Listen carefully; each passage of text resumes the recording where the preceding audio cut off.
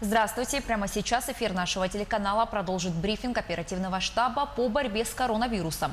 Узнаем о текущей эпидобстановке в регионе на 18 июля.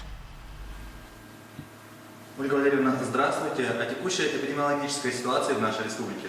Добрый день, уважаемые жители республики Саха-Якутия. Текущая эпидемиологическая ситуация в республике остается напряженной. За сутки зарегистрировано 53 новых случая коронавирусной инфекции. 42 человека, из них зарегистрировано по данным Роспотребнадзора в городе Якутске. Необходимо обратить внимание, что основные случаи, зарегистрированные в городе Якутске, связаны с базовым заболеванием острых респираторных заболеваний в виде поднятия температур, и, соответственно, граждане получают первую стадию, получается, пневмонии, и вот мы в результате этого имеем в том числе и ковидную историю в виде такого заболевания. 42 случая у нас они госпитализированы в наши инфекционные стационары. 5 человек зарегистрированы в Верхоянском улусе. К сожалению, это контакты, которые непосредственно у нас возникли возле нашего одного из медицинских учреждений. Ситуация в Верхояне находится под контролем. Я прошу жителей Батагая не переживать, нервничать. Власти хорошо держат на ежедневном контроле ситуацию в целом в улусе. 4 случая в Алданском районе – это контакты, которые были сразу определены после определенного рода ситуации в Томутском психоневрологическом диспансере. И по одному случаю контакты нам дали в Мирнинском и в Нерюнгринском районах. За последние сутки у нас выздоровело 98 человек, а это те, кто у нас выписан из наших стационаров. Еще раз обращаю внимание, только в городе Якутске у нас на настоящий момент 11 зданий используются под инфекционные стационары. Безусловно, в конце этой недели с учетом определенного рода тенденций, которые у нас имеют место быть на территории города Якутска, будем принимать решение о сворачивании части стационаров и, соответственно, уже потом принятие мер по, соответственно, меньшему количеству уже и коек, и уменьшению коек, в том числе в городе Якутске. А в районах часть коек мы уже снимать начали, потому что, в принципе, определенная тенденция на уменьшение идет. На что бы сегодня я хотела обратить внимание. У нас вновь впереди суббота и воскресенье. Поэтому, если у вас приняты решения, которые связаны с выездами за город, постарайтесь их, соответственно, определить среди того круга лиц, который вам уже известен, для того, чтобы наши врачи тоже смогли через некоторое время выехать за город на отдых, потому что те случаи, которые сегодня мы фиксируем, они вновь опять в Чурапчинском улусе связаны с большим юбилеем. Я, безусловно, тоже поздравляю этого юбиляра, но я не могу не поздравить наших врачей, которые сегодня получают людей, которых необходимо лечить. В районы республики выехало и зарегистрировано у медиков и в органах местного самоуправления 11,5 тысяч детей. Все эти ребятишки поставлены на медицинский учет. Но мы знаем, что часть детей, часть родителей не выполнила этих обязанностей.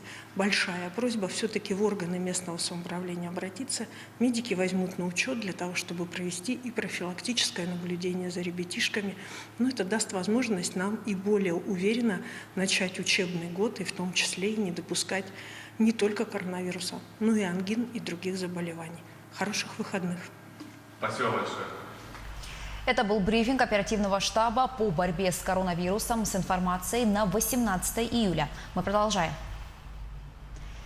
39 лесных пожаров тушат в 13 районах республики и городе Якутске. Общая площадь, пройденная огнем, более 1200 гектаров. Из них локализовано 11 пожаров в 7 районах Якутии. В тушении задействованы более 950 человек и 75 единиц техники. Всего на территории региона действует около 150 лесных пожаров на площади 325 тысяч гектаров. По словам начальника якутской базы авиационной охраны лесов Владимира Леонова, лесопожарная обстановка в регионе остается напряженной. Я думаю, что в течение дня порядка 8 пожаров уже будет ликвидировано. Но, тем не менее, ситуация практически всю эту неделю очень сложная. Мы ежедневно обнаруживаем от 10, были случаи 24 лесных пожаров в сутки. Вчера у нас было обнаружено 6 лесных пожаров, а до этого был очень большой пик после прохождения гроз, где, еще раз хочу сказать, что 24 лесных пожара в день. Это очень много для нас, потому как личный состав уже почти месяц работает, довольно-таки напряженный. Развитие Арктики стало одной из ключевых тем встречи главы Якутии Айсена Николаева и депутата Госдумы Галины Данчиковой. Как рассказала депутат, представители Якутии активно участвовали в деятельности рабочей группы, которая работала над законопроектом о предпринимательской деятельности в Арктике. Галина Данчикова также озвучила, что продолжает работу по социальным направлениям в части реализации госпрограмм, индексации компенсационных выплат по уходу за инвалидами, организации проезда на отдых пенсионеров. Глава региона Айсен Николаев в ходе встречи подчеркнул, что необходимо проработать предложение для федерального центра по обеспечению арктических территорий продуктами и лекарствами по доступным ценам.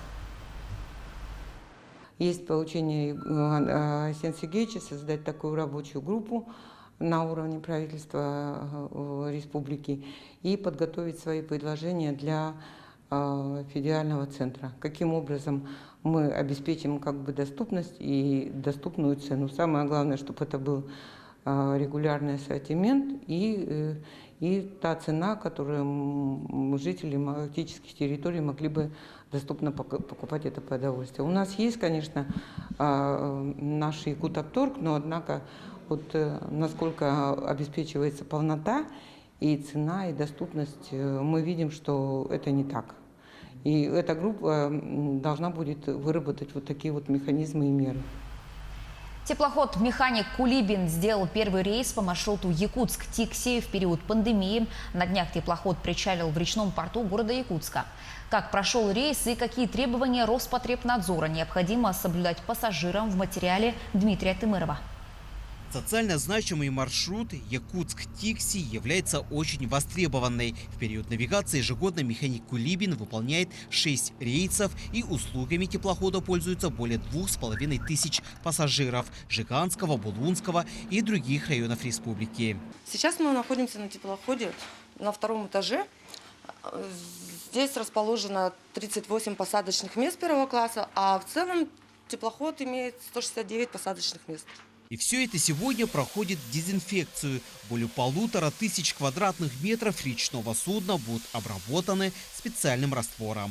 Тут на самом деле довольно удобные помещения, их легко обрабатывать, потому что в основном коридоры прямые, каюты небольшие, зашел быстренько в углы, раковину обрызгал, спокойненько вышел. Я тут обрабатываю уже приблизительно около 20 минут. И еще минут 20, максимум еще 20, то есть 40 у меня уйдет на обработку всего парохода.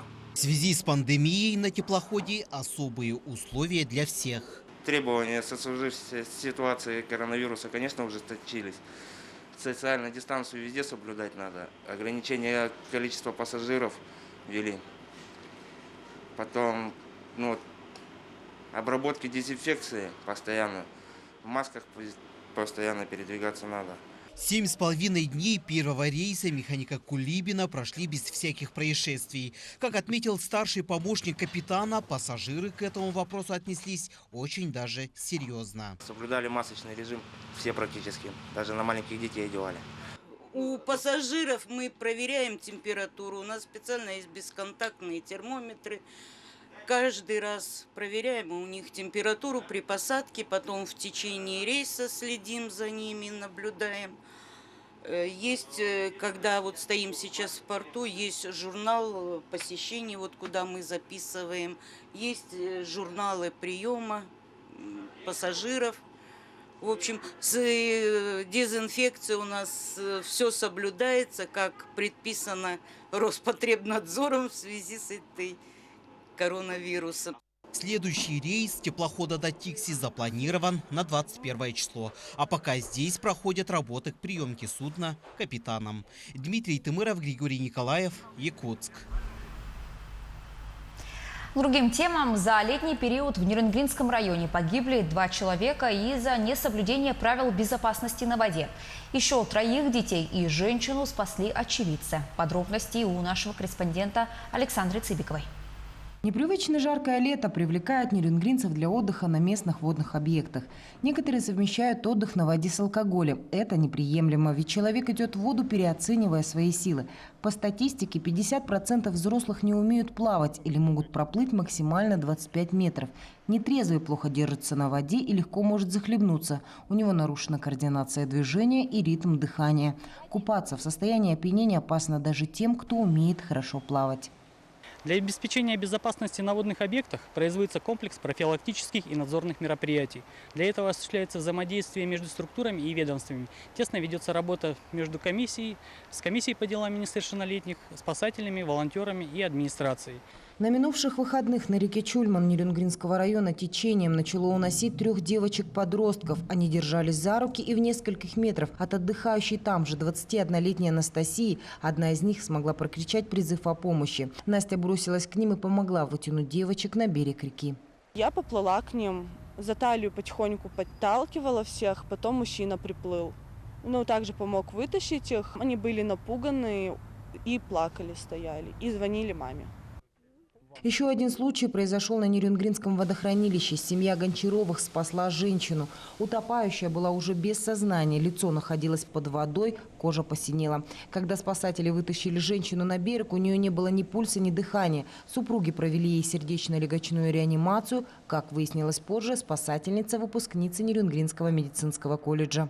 Уважаемые жители и гости Нерюнгринского района, убедительно просим вас соблюдать правила безопасности поведения на воде. Не отпускайте детей без сопровождения взрослых к водоему, не ныряйте с мостов и других мест, не предназначенных для этого. Помните, алкоголь и водоем – вещи несовместимы.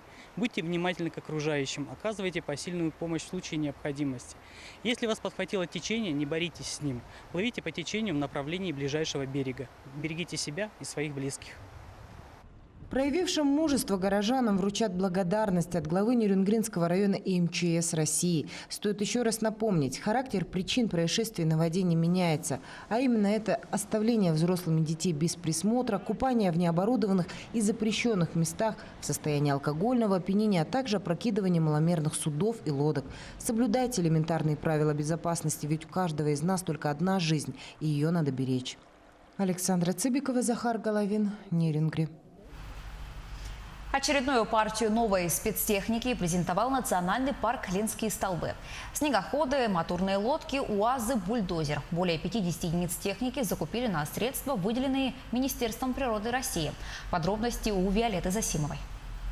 С того момента, как национальный парк Ленские столбы получил федеральный статус, Минприроды России дважды выделяла средства на обновление его материально-технической базы. В декабре 2019 года сумма составила 44 миллиона рублей и в марте 2020 года сумма 34 миллиона рублей. Первую партию специализированной техники и оборудования завезли этой весной. Вторую партию презентовали сегодня в городе Покровске. Техника 4 направлений. Во-первых, это автотехника, во-вторых, снегоходная и, в-третьих, водоходная техника. И самое отрадное, что радует нас экологов, вот последние дни июня месяца поступила лесопожарная техника, которая, конечно, обеспечит лесопожарную устойчивость национального парка.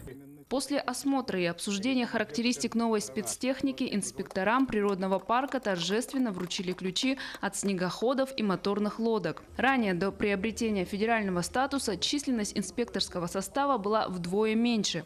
При этом техники на каждого не хватало. Численность инспекторского состава составляет порядка 33 человек. В том числе это 6 единиц оперативной инспекции. Это инспекции, которые оперативно реагируют на проникновение и нарушение режимной зоны парка. Оперативная инспекция у нас осуществлена, наверное, самой такой мощной техникой на сегодня, которую мы до сегодняшнего дня купили. У них и трекол, у них и моторы покрупнее и помощнее, у них и аэролодка «Фантом» есть. Что касается участковых инспекторов, у нас сейчас 14 участковых участков. И каждый участковый инспектор, в том числе мы в этом году 7 участковых инспекторов взяли из числа родовых общин коренных малочисленных. Да. Каждый из них получит по лодочному мотору, вот, допустим, эти водометы стоят, и по снегоходу.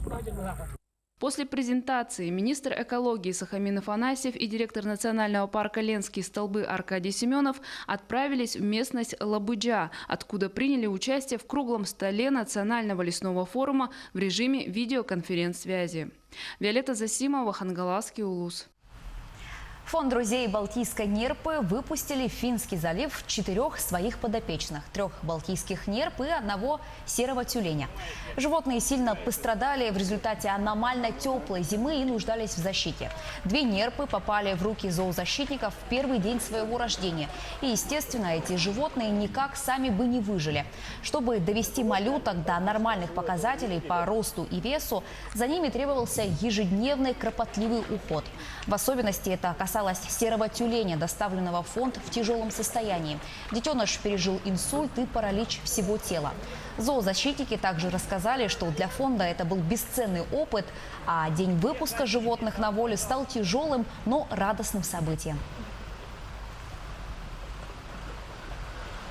Были они в состоянии крайнего истощения, либо совсем, здесь пара животных, например, 2 нерпы, которые попали к нам буквально, скорее всего, в первый день своего рождения. Самка должна их выкармливать 2 месяца в норме, и они еще были без зубов, с кровоточащими пуповинами, то есть совершенно маленькие животные с весом новорожденных. И, естественно, эти животные никак бы сами не выжили бы.